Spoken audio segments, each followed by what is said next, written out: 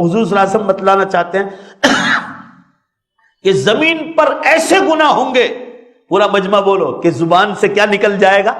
اللہ اللہ. یہ ہے قیامت، یہ زمانہ آ گیا. اور ابھی مکہ شریف میں دہبیل گیا تھا بیان کے لیے، ہفتہ ہوا، بیان پورا ہو گیا.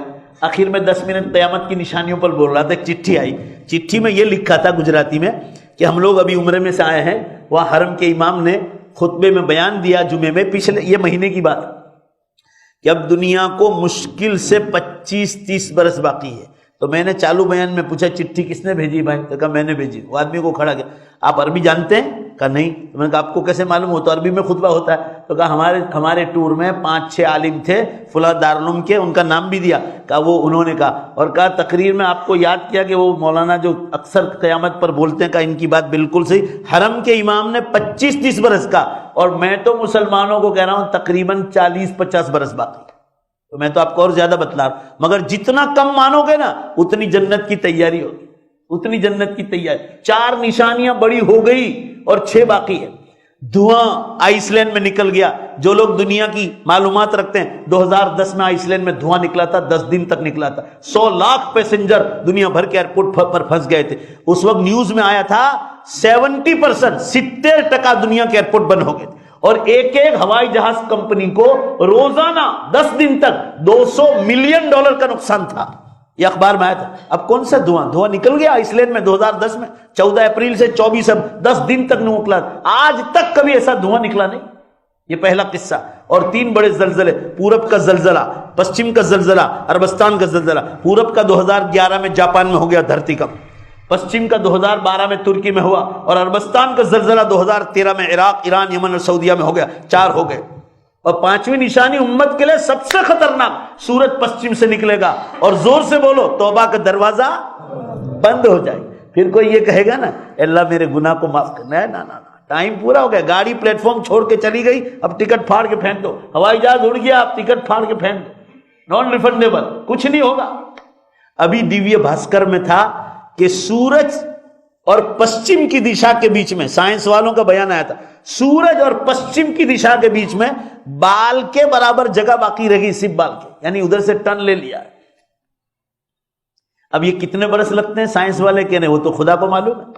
سائنس والوں سے زیادہ پاورفل دلیل بخاری شریف میں حدیث آئی، جب قیامت قریب آ جائے گی تو اللہ تعالیٰ ایمان والوں کو قیامت کی نشانیاں خواب میں بتلانا شروع کر دے گا. مجھے بھی اللہ نے بتلائی تھی. خواب دیکھنے سے، پورا مجمع بولو، کوئی آدمی ولی بنتا نہیں. خواب تو اللہ تعالیٰ اس لیے بتلا رہے کہ آپ امت کو جگاؤ. میں نے 2007 میں تقریباً پہلا خواب دیکھا تھا، اللہ نے بتلایا تھا، اور اس وقت سے میں امت کو جگا رہا ہوں. یہ دھرتی کم، یہ ٹائم میں سے بے برکت تو بعد میں آئی.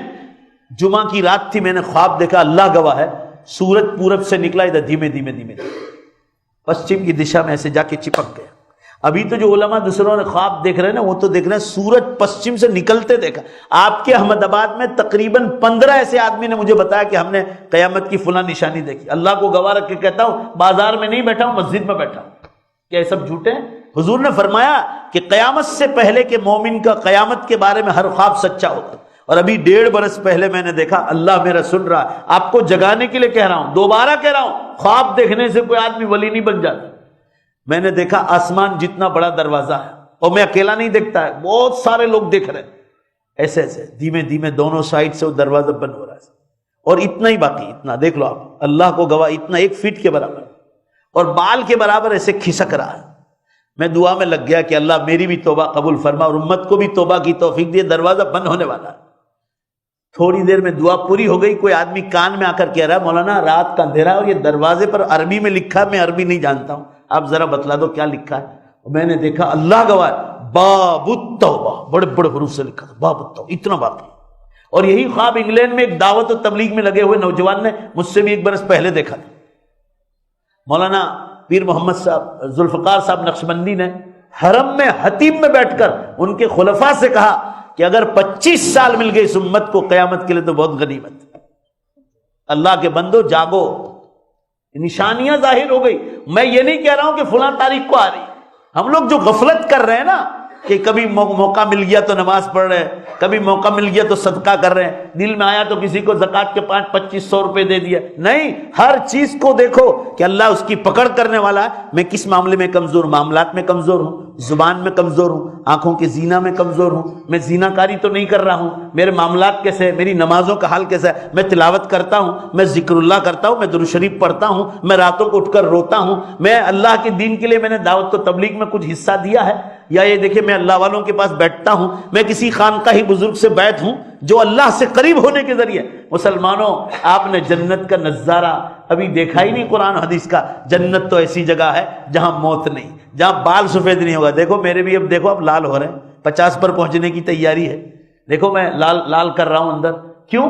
یہ دنیا ہے، بڑھاپا آئے گا، موت بھی آئے گی. جنت میں زور سے بولو بڑھاپا نہیں ہوگا. جنت میں پیشاب نہیں، ٹوائلٹ نہیں، بدبو نہیں. انسان بڑے سے بڑا پردھان منتری ہو، مالدار ہو، انسان اٹھتے ہی کیا کرتا ہے؟ باتھ روم جاتا ہے. انسان کو یہی سوچنا چاہیے کہ میں کیا کام کر رہا ہوں. تو کس پر فخر کرتا ہے؟ تو کیا پیٹ سے نکالتا ہے؟ پیشاب، ناپاکیہ. جنت میں پیشاب نہیں ہوگی، ٹوائلٹ نہیں، بیماریاں نہیں، ایکسیڈنٹ نہیں، ٹینشن نہیں. یہ جتنی قسم کی بیماریاں اور پریشانیاں، جنت میں رائے کے دانے برابر بھی اس کا غلبہ بھی نہیں آئے گا، خائل بھی نہیں آئے گا. قرآن نے آخری بات کہہ دی، لا یصدعون. ہلکا سا سر کا درد جو تمہیں ہوتا ہے جس سے تم پریشان ہو جاؤ، فرمایا وہ جنت میں ہلکا سا درد بھی نہیں ہوگا. آخری بات عقل کے سوچو. چلو قرآن حدیث پر تو ہمارا ایمان، عقل سے سوچو. جب ہم دنیا میں پیدا ہوئے، اب مان لو میں 50 پر پہنچنے والا ہوں، 50 سے پہلے جب میں پیدا نہیں ہوا تھا، آپ کو بھی یہی سوچنا، جب میں پیدا نہیں ہوا تھا، پیدا ہونے سے پہلے میں نے اور آپ نے اللہ کا ایک بھی حکم نہیں مانا تھا. حکم نہیں مانا تھا تو اتنی آسمان و زمین کی خوبصورت دنیا دے رکھی ہے، اس کو چھوڑنے کے لیے ہم تیار نہیں. اتنی خوبصورت دنیا حکم نہیں مانا تو دے رکھی ہے. تو اگر سچے مسلمان ہو تو بولو، بے شک میں اب کرسی سے اٹھ جاؤں گا، ایک بات نہیں بولوں گا. سچ بولو ایمانداری سے، اگر حکم مان کر جائیں گے تو ہمیشہ کی جنت دے گا کہ نہیں دے گا؟ یہ ایمان ہونا چاہیے کہ کوئی مانے یا نہ مانے، ہمارا ایمان ہے. آنکھیں بن کے اللہ اور نبی نے جو فرمایا، ساری دنیا جھوٹ بول سکتی ہے، بولو زور سے بے شک اللہ اور اللہ کے نبی جھوٹ نہیں بول سکتے. یہ ایمان ہونا چاہیے. اللہ میرے اور آپ کے اس بیٹھنے کو قبول فرمائے. اب وعدہ کر کے جاؤ کہ انشاءاللہ آخرت کی، قیامت کی اور جنت کی زور سے انشاءاللہ بولو. اللہ کے فرشتے تمہاری آواز کو ریکارڈ کر رہے، بولو کہ انشاءاللہ آج ہی سے زبردست تیاری کریں گے. اللہ ہم سب کو تیاری کی توفیق عطا فرمائے. وآخر دعوانا الحمدللہ.